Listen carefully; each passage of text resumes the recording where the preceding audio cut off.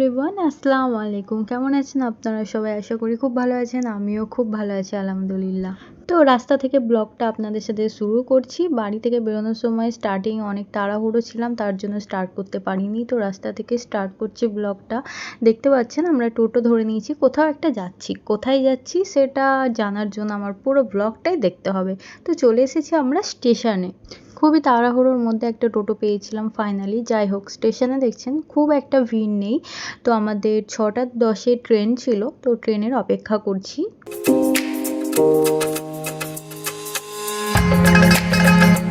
তো আমি এখানে হিজাবটা একটু ঠিক করে নিচ্ছিলাম, দেখছিলাম ঠিকঠাক আছে কিনা। আর হ্যাঁ, আমরা কিন্তু ট্রেন থেকে নেমে পড়েছি, যেখানে গেছি আর কি। ট্রেনের মধ্যে উঠে কোনো রকম আমি ব্লগ করতে পারিনি, কারণ ট্রেনের মধ্যে একটা ইনসিডেন্ট হয়ে গেছিলো আমাদের সাথে। আর ট্রেনের মধ্যে প্রচণ্ড ভিড় ছিল, সেই কারণে আমি কোনো ব্লগ শ্যুট করতে পারিনি। তো ফাইনালি যেখানে আমাদের আসার উদ্দেশ্য ছিল, আলহামদুলিল্লাহ আমরা সেখানে খুব ভালোভাবে পৌঁছে গেছি। তো দেখতেই পাচ্ছেন চারিদিকে মেলা। তো মেলা আসার জন্য ট্রেনে করে এত দূর এসেছি। কোন মেলা, কোথাকার মেলা? ওয়েট, আপনারা দেখুন তবে তো বুঝতে পারবেন কোথাকার কোন মেলা।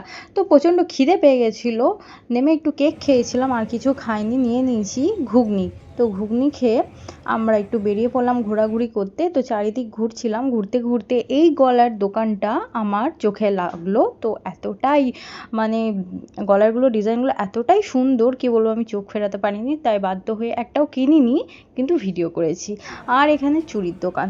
চুড়ি দেখলে তো আমার কি বলবো, চুড়ি একটা আমার নেশা। তবে আমি এখান থেকে কিনেছি, কিছু একটা কিনেছি, সেটা আপনাদের সাথে শেয়ার করে দেবো।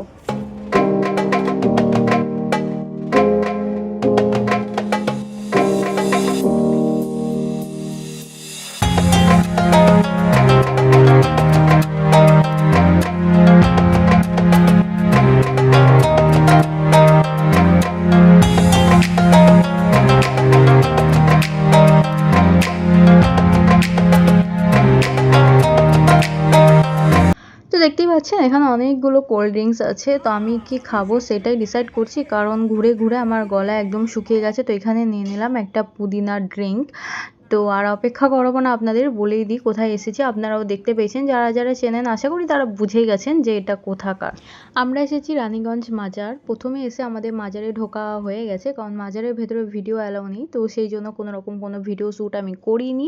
প্রথমে এসেই মাজারে ঢুকে পড়েছিলাম, অনেক রাত পর্যন্ত জেগেছিলাম। তার জন্য একটু ফুচকা খেয়ে নিজের এনার্জি বাড়িয়ে নিলাম। এই যে দেখতে পেলেন আমি আর আমার বোন। আর অনেক খিদেও পেয়ে গেছিলো, তাই চলে এসেছি একটা হোটেলের মধ্যে কিছু একটা খেতে। তো চলুন দেখা যাক কি পাই।